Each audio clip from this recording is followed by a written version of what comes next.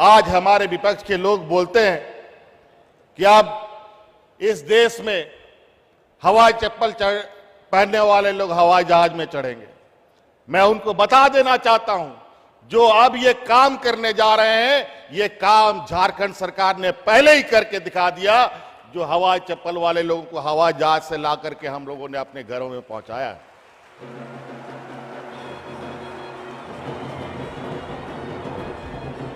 ये देश का पहला वो राज है जहां पर हम लोगों ने अपने मजदूरों को विभिन्न राज्यों से पकड़ पकड़ कर, चाहे वो ट्रेन से हो, हवाई जहाज से हो, बस से हो, लाने का काम किया। उस समय हम कोरोना ढो रहे थे, जहां पर लोग जानवरों की तरह मर रहे थे, जहां पर कई राज्यों में हमारे विपक्ष के साथियों का भी कई राज्य में सरकार चल रहा है। उस वैश्विक महामारी में वहां पर लोग ऐसे मरते थे मानो जानवरें मर रहे हो। लकड़ियां खत्म हो गई उन लोगों के पास मृत व्यक्ति को जलाने के लिए, जमीन कम पड़ गई लोगों को दफन करने के लिए। ऐसे स्थिति में झारखंड जैसा पिछड़ा राज्य और आप लोगों के सहयोग से इस राज्य में कोई अफरा तफरी हमने नहीं होने दिया और शांतिपूर्वक इसका हम लोगों ने मुंह तोड़ जवाब दिया। सीमित संसाधन, ना डॉक्टर, ना अस्पताल, ना अच्छी मशीनें, फिर भी हमने यहां के लोगों को दिन रात कड़ी नजर रखते हुए सुरक्षित रखा। और उस वैश्विक महामारी में हमारे मंत्रीगण तो कोरोना के मुख मार से इस दुनिया से विदा हो गए। 2 साल बिल्कुल ऐसा था कि अब आगे क्या होगा कहना बड़ा मुश्किल था। जब सामान्य जीवन में इस राज्य में पिछले सरकार में लोग राशन कार्ड हाथ में लेके मर रहा था, और अब जब कोरोना जैसे काल में जब मजदूर किसान के लिए कोई काम नहीं था, शहर बंद, बाजार बंद, काम बंद, गाड़ी मोटर बंद, वो मजदूर क्या खाएगा? ऐसे स्थिति में भी हमने एक भी झारखंडियों को इस कोरोना वैश्विक महामारी में भूखा नहीं मरने दिया। कोई नहीं मरा।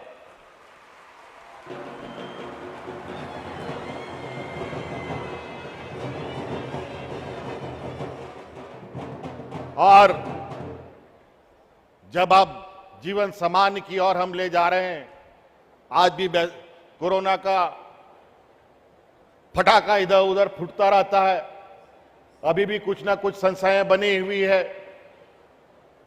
पता नहीं कौन सा महामारी फिर आ जाए। लेकिन फिर भी जीवन चक्र को चलाना है। जिंदा रहने के लिए पेट में अनाज भी होना जरूरी है, रोजगार करना जरूरी है।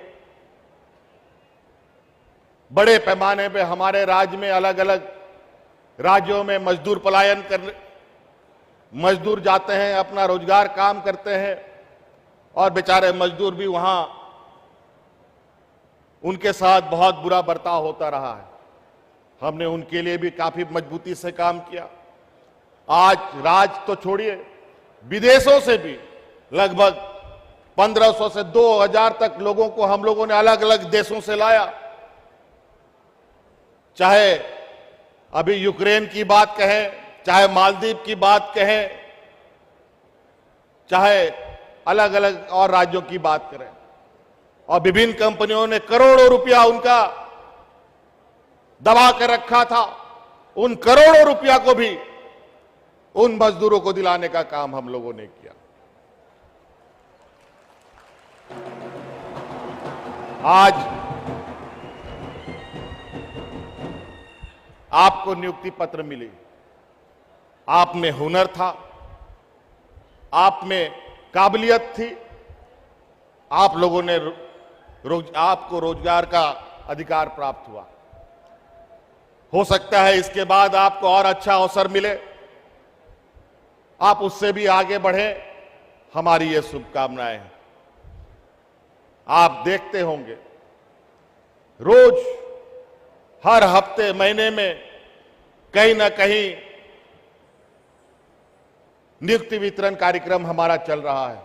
अभी हाल के दिन में 7वीं से 10वीं जेपीएससी के नौजवानों को, लगभग 250 नौजवानों को हम लोगों ने पहली बार 20 साल में पहली बार नियुक्ति पत्र देने का काम किया। कभी नहीं हुआ था।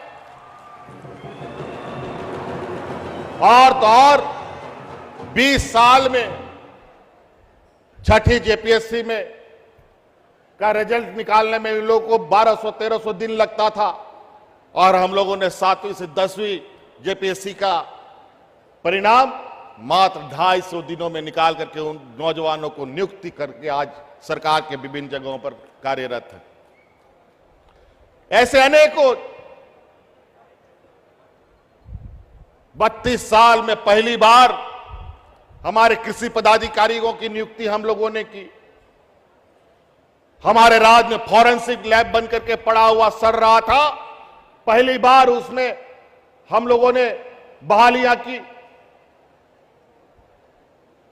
हम लोगों को दूसरे राज्य के भरोसे रहना पड़ता था अनेकों चीजों के लिए। सरकार बनने के बाद हमने जब सोचा आखिर इस राज्य में इतनी गरीबी क्यों है, इतनी बेरोजगारी क्यों है, ये राज्य का विकास क्यों नहीं होता, क्या कारण है? आज इस राज्य में सेल जैसी कंपनियां हैं, टाटा जैसी कंपनियां हैं, कोल इंडिया जितनी बड़ी कंपनियां काम करती हैं, बेरोजगारी क्यों हो गई? आज राज्य के खनिज संपदाओं से पूरा देश जगमगाता है, यहां लोग अंधेरे में क्यों रहते हैं? जब इसके जड़ में जाकर के हमने देखा कि राज्य बनने के बाद जिस सपना और जिस उद्देश्य के साथ इस राज्य को बनाया गया था, जो 20 सालों में जिन सरकारों ने इस राज्य को चलाया, इस राज्य को आगे ले जाने के बजाय इसको गर्त में ले जाने की कार्य योजना बना के रखी हुई। कहीं कोई पदाधिकारी नहीं, कोई व्यवस्था नहीं, कोई नियुक्ति नियमावली नहीं, तो नियुक्ति होगी कहां से? 20 सालों में पहली बार जेपीएससी की नियुक्ति नियमावली हमने बनाई। 20 सालों में पहली बार रिकॉर्ड करके हम लोगों ने रिजल्ट निकाल करके नियुक्ति किया। और तो और जहां पर 600, 700, 800 रुपया फॉर्म के लिए लगता था, जेपीएससी की नियुक्ति के फॉर्म के लिए, यहां की गरीबी, एक एक रुपया के लिए यहां लोग तरसते हैं। वृद्धा पेंशन के लिए लोग तरसते हैं, विधवा पेंशन के लिए लोग तरसते हैं, और 700-800 रुपया का फॉर्म भरा था। इनको स्वरोजगार पाने में कितनी कठिनाइयां होती हैं वो हमें पता है। आपको बैंक कितना मदद करता है वो मुझे मालूम है। आज यहां का नौजवान गाड़ी चलाने जानता है, लेकिन गाड़ी का मालिक नहीं बन सकता है, ड्राइवर बेचारा बन के रहता है, क्योंकि उसके पास पूंजी नहीं है। आज कोई वेल्डिंग जानता है, वेल्डिंग का अपना दुकान का मालिक नहीं बन सकता है, क्योंकि उसके पास पूंजी नहीं है। ऐसे अनेकों समस्याएं इस राज्य पे रही हैं। तो आज सरकार आपको गाड़ी का मालिक भी बनाने के लिए तैयार है। आप अपना स्वरोजगार देने के लिए, आप रोजगार सृजन करने के लिए, आपको आर्थिक मदद देने के लिए भी सरकार खड़ी है। आज इस राज्य में हमारे खिलाड़ियों की कमी नहीं है। आज आप देखते होंगे अखबारों के माध्यम से, तीरंदाजी में, हॉकी में, क्रिकेट में, विभिन्न खेलों में हमारे नौजवान इन प्रकार किसी तरीके से मेडल जीत के लाते थे। कभी खिलाड़ियों को कोई प्रोत्साहन नहीं मिला, और आज देखिए हमारे राज्य के नौजवान, युवक युवतियां सरकार के सहयोग से देश के प्रतिनिधित्व करने की क्षमता उनमें आई है। आज अनेकों लड़कियां देश के विभिन्न खेलों में अपना हिस्सा ले रही है। हम लोगों ने पहली बार इस राज्य में खिलाड़ियों को सीधी नियुक्ति देने का काम किया आ रहा, अनेकों नौजवानों को सीधी नियुक्तियां दी। तो ऐसी कई चीजें हैं। अभी तो हम लोगों ने चलना शुरू किया है और ये अभी कारवां रुकेगा नहीं और रुकने देंगे भी नहीं। और आपको भी चलना होगा। आप चलेंगे तभी राज आगे चलेगा और अग्नि राज बनेगा। आज यहां पर बड़े पैमाने पर जो नियुक्ति हुई है, इसमें जो राज और राज के बाहर काम करने वाले विभिन्न उद्योग, चाहे वो टेक्सटाइल के क्षेत्र में कहे, चाहे वो ऑटोमोबाइल क्षेत्र में कहे, चाहे हेल्थ में कहे, चाहे और अन्य किसी औद्योगिक क्षेत्र में हो, आज बड़े पैमाने पर जो अप्रैल क्षेत्र में लगभग 5000 जो नियुक्तियां हैं, उसमें किया जा रहा है। मैं उन समूह के यहां सदस्यों का मैं बहुत बहुत आभार प्रकट करूंगा जिन्होंने इतने बड़े पैमाने पर हमारे राज्य के नौजवानों को मौका दिया है। और तो और इसमें बड़ी खुशी की बात है, आज इस अप्रैल के क्षेत्र में जो टेक्सटाइल क्षेत्र में जो नियुक्ति हो रही है, उसमें 70 से 75% लड़कियों ने भागीदारी निभाई है।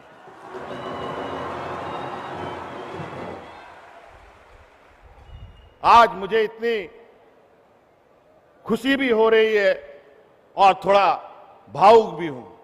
अभी हाल में ही हफ्ता 10 दिन पहले हम लोगों ने जेपीएससी का नियुक्ति किया 250 बच्चों को। आप विश्वास नहीं करेंगे, उन 250 बच्चों में 35 बच्चे ऐसे थे जो बीपीएल परिवार के थे। कितनी बड़ी गौरव की बात है। कोई सहिया की बेटी है, कोई पोषण सखी का बेटा है, कोई वेल्डर का दुकान चलाने वाला का बेटा बेटी है। इतना कमजोर वर्ग के परिवार के नौजवान आज बीडीओ, सीईओ, इंस्पेक्टर बनकर के राज्य के विभिन्न कोने में तैनात हो गए।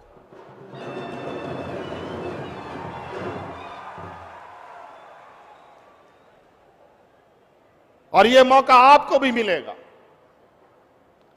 आप भी दिल लगाकर तैयारी करें और निश्चित रूप से इस राज्य में जो काबिलियत हमने देखा है, वो काबिलियत निश्चित रूप से और राज्यों की अपेक्षा काफी मजबूत है। हमारे इस राज्य में नेतरहाट जैसा स्कूल है, जहां देश में सबसे अधिक आईएएस आईपीएस उस स्कूल ने दिया है। आज निश्चित रूप से अगर हम लोगों ने संकल्प लिया, हम अपने इस राज्य को निश्चित रूप से जो आज पिछड़े राज्य का जो कलंक का दंश झेल रहा है, आने वाले 5-6 सालों में इस देश के अग्रणी राज्य में इसको ले जाकर के हम लोग दिखाएंगे, आप लोगों के सहयोग से। कई अन्य चीजें जो अभी करना बाकी है, मुझे तो लगता ही नहीं है कभी यहां पर इस राज्य को आगे बढ़ाने की दिशा में कोई कार्य योजना बना हो, कोई रूपरेखा बना हो कि अगले 50 साल में क्या होगा, इस राज्य का भविष्य क्या होगा। हमेशा भूखमरी और हमेशा यहां पर प्रताड़न का दंश झेलने वाला ही राज्य बना रहेगा कि आगे भी बढ़ेगा। हम बढ़ सकते हैं। आज इस राज्य में एक सुनियोजित ढंग से इस राज्य को बर्बाद करने का कार्य योजना बना रहा। इस राज्य में इतने बड़े बड़े उद्योग कारखाने लगे, आज शायद कोई भी व्यक्ति यहां पर भूखा मरने की स्थिति पे नहीं होता।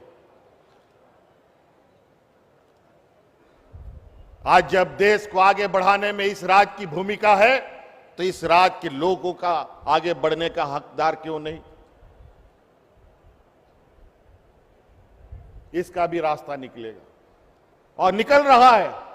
आज यहां उपस्थित नौजवानों का जनसमूह कह रहा है कि अब यह राज रुकेगा नहीं, निश्चित रूप से आगे बढ़ेगा। थोड़ा सब्र करें। कई चुनौती इस राज्य को अभी और देखना है, क्योंकि आदिवासी, दलित, पिछड़ा, अल्पसंख्यक बहुल राज्य है ना, ये वर्ग को आगे बढ़ने में बहुत दिक्कतों का सामना करना पड़ता है। ये समाज हमेशा संघर्ष बगैर किए उसको कुछ मिला नहीं।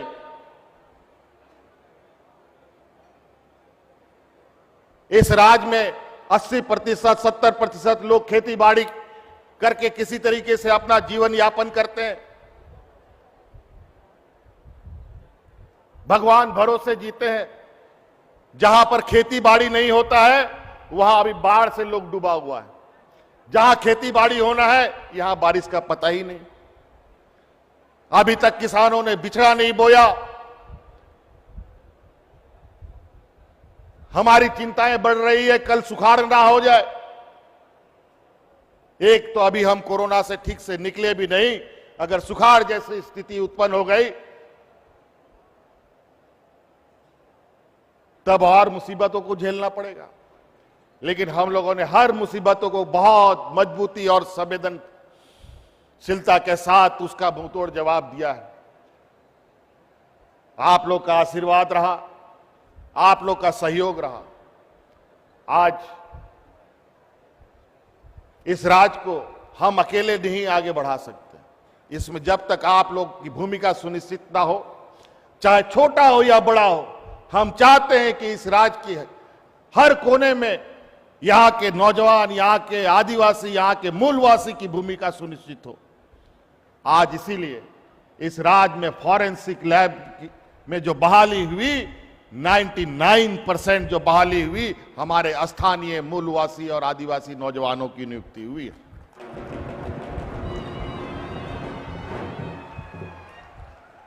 अभी जिस तरीके से नए नए कानून, नए नए नियम बन रहे हैं, नए नए तकनीक आ रहे हैं, बड़े पैमाने पर लोगों का रोजगार छीना जा रहा है।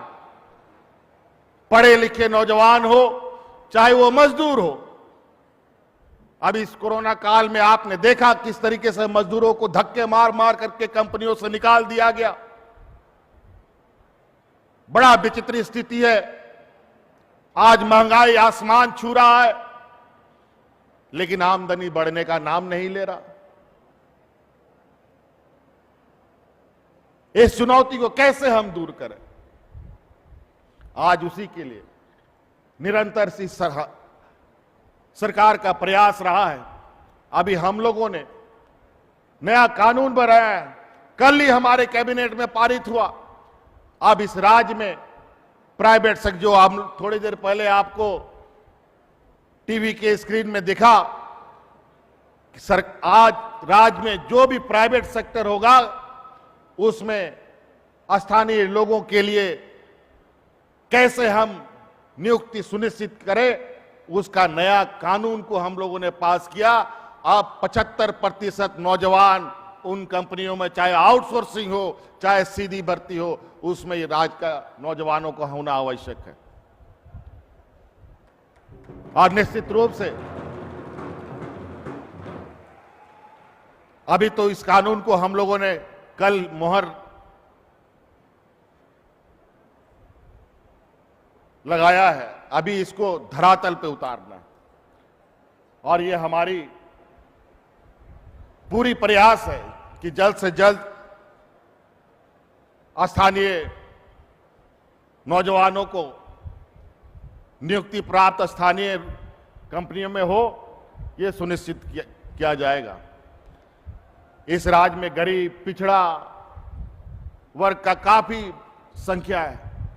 आज हमारे लिए सामाजिक सुरक्षा सबसे पहला प्राथमिकता है। कैसे लोग मान सम्मान से जी सके, किसी के सामने भीख मांगने की आवश्यकता ना पड़े, हर संभव हम लोगों ने प्रयास किया है। आज इसी के कड़ी में इस राज्य के लिए पेंशन को हम लोगों ने सर्वजन पेंशन यूनिवर्सल कर दिया। हर बुजुर्ग को पेंशन, हर विधवा को पेंशन, हर विकलांग को पेंशन देने का कानून बनाया। आज उसी प्रकार हम लोगों ने अतिरिक्त गरीबों के लिए 15 लाख से भी अधिक अतिरिक्त राशन कार्ड गरीबों के बीच में बंटवाया। आज आप लोग देखते होंगे हमारे ग्रामीण क्षेत्र में आज के दिन में भी लोगों को तन ढकने के लिए उसके पास कपड़े नहीं होते। आज कई महिलाएं, कई पुरुष नंग धड़ंग स्थिति में रहते।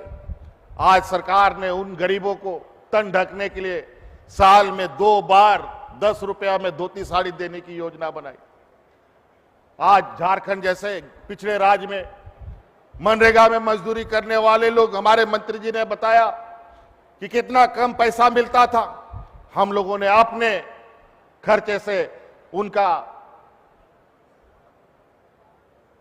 जो डेली वेजेस है उसको बढ़ाने का काम किया। और तो और इस राज्य में कार्यरत हमारे सरकारी कर्मचारी लाखों के संख्या में हैं, वो अपनी भविष्य की चिंता ना करें। सामाजिक सुरक्षा का गारंटी सरकार देती है। इसके लिए हम लोगों ने पुरानी पेंशन लागू करने का भी निर्णय लिया है। आज गरीबों के बीच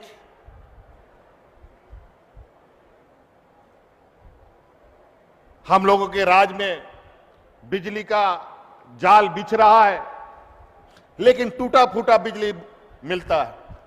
बहुत अच्छे तरीके से 24 घंटा बहुत बिजली नहीं मिलती, लेकिन बिजली तो आता नहीं है, बिल समय पर जरूर आ जाता है। गरीब मजदूर बेचारा परेशान। तो आज हम लोगों ने यह भी निर्णय लिया कि 100 यूनिट तक जो उपयोग करेगा उसको फ्री बिजली दिया जाएगा।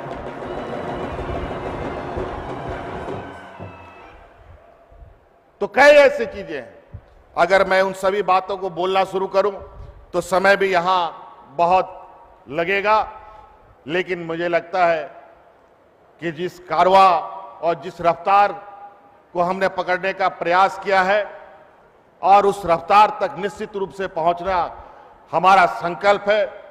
जन कल्याण, राज्य का विकास, यहां का ग्रामीण क्षेत्र की अर्थव्यवस्था का विकास कैसे हो। और हम समझते हैं कि अगर हमारा ग्रामीण क्षेत्र मजबूत होगा तो निश्चित रूप से पंचायत मजबूत होगा, प्रखंड मजबूत होगा, जिला मजबूत होगा और फिर राज्य भी मजबूत होगा। आज आप सब नौजवानों के लिए और खुशखबरी, अभी तो आप लोगों को किसी को नर्स की नौकरी मिली है, किसी को इंजीनियर की नौकरी मिली है प्राइवेट सेक्टर में, निजी क्षेत्र में मिला है।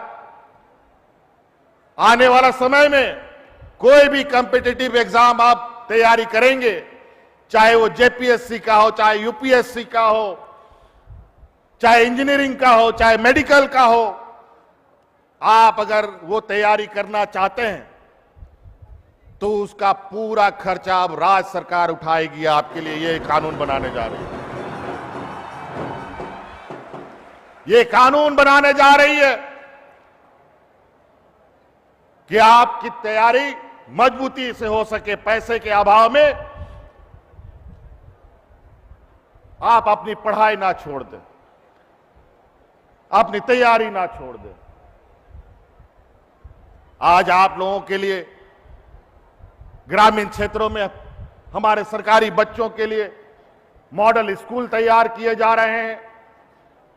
और वो मॉडल स्कूल ऐसा होगा जो आज आप प्राइवेट स्कूलों में जाकर के अच्छी व्यवस्था देखते हैं। हमारा प्रयास है उन प्राइवेट स्कूल से भी अच्छा स्कूल बना करके आपको देने की तैयारी हमारी चल रही है। पहले चरण में 2400 जिला में प्राइवेट स्कूल खुलने जा रहा है। अगला सेशन से हम लोग उसको शुरू भी करने जा रहे हैं। कई ऐसी चीजें हैं।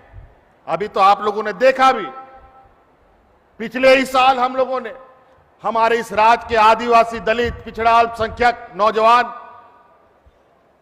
जो उच्च शिक्षा के लिए विदेश जाने का काबिल रखता है लेकिन पैसे के अभाव में कभी नहीं जा पाता था, मां बाप बेचारा गरीब है। देखिए अभी कल परसों का नियुक्ति में बीपीएल परिवार का नौजवान बीडीओ बन रहा है, सीओ बन रहा है, दरोगा बन रहा है। तो क्या यहां का नौजवान विदेश जाके नहीं पढ़ सकता था? लेकिन कौन इसको विदेश में पढ़ाएगा? कौन करोड़ों रुपया खर्च करेगा? हमने संकल्प लिया, पहले चरण में हम लोगों ने इस राज्य के आदिवासी बच्चों को विदेश जाने का व्यवस्था किया। आज 7 बच्चे सरकार के पूरे खर्चे पे विदेशों में पढ़ाई कर रहे हैं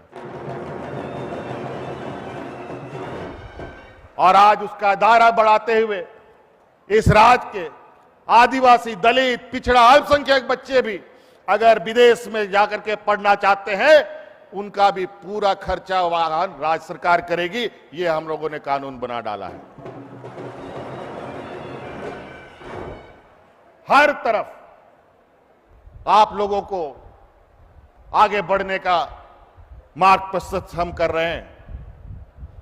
आप स्वरोजगार के माध्यम से रोजगार सृजन कर सकते हैं, नौकरी के क्षेत्र में जा सकते हैं, चाहे आप बैंक का तैयारी कीजिए, रेलवे का तैयारी कीजिए, किसी चीज का तैयारी कीजिए, उसका खर्चा सरकार देगी। तो कई ऐसी चीजें। इसलिए नौजवान साथियों, मैं बहुत ज्यादा नहीं कहते हुए आप सब लोगों को आज के शुभ अवसर पर ढेर सारी शुभकामनाएं देते हुए पुनः आप सब लोगों को इस मन से बहुत बहुत अभिनंदन करते हुए अपनी वाणी को विराम देता हूं। जय हिंद, जय झारखंड, जोहार।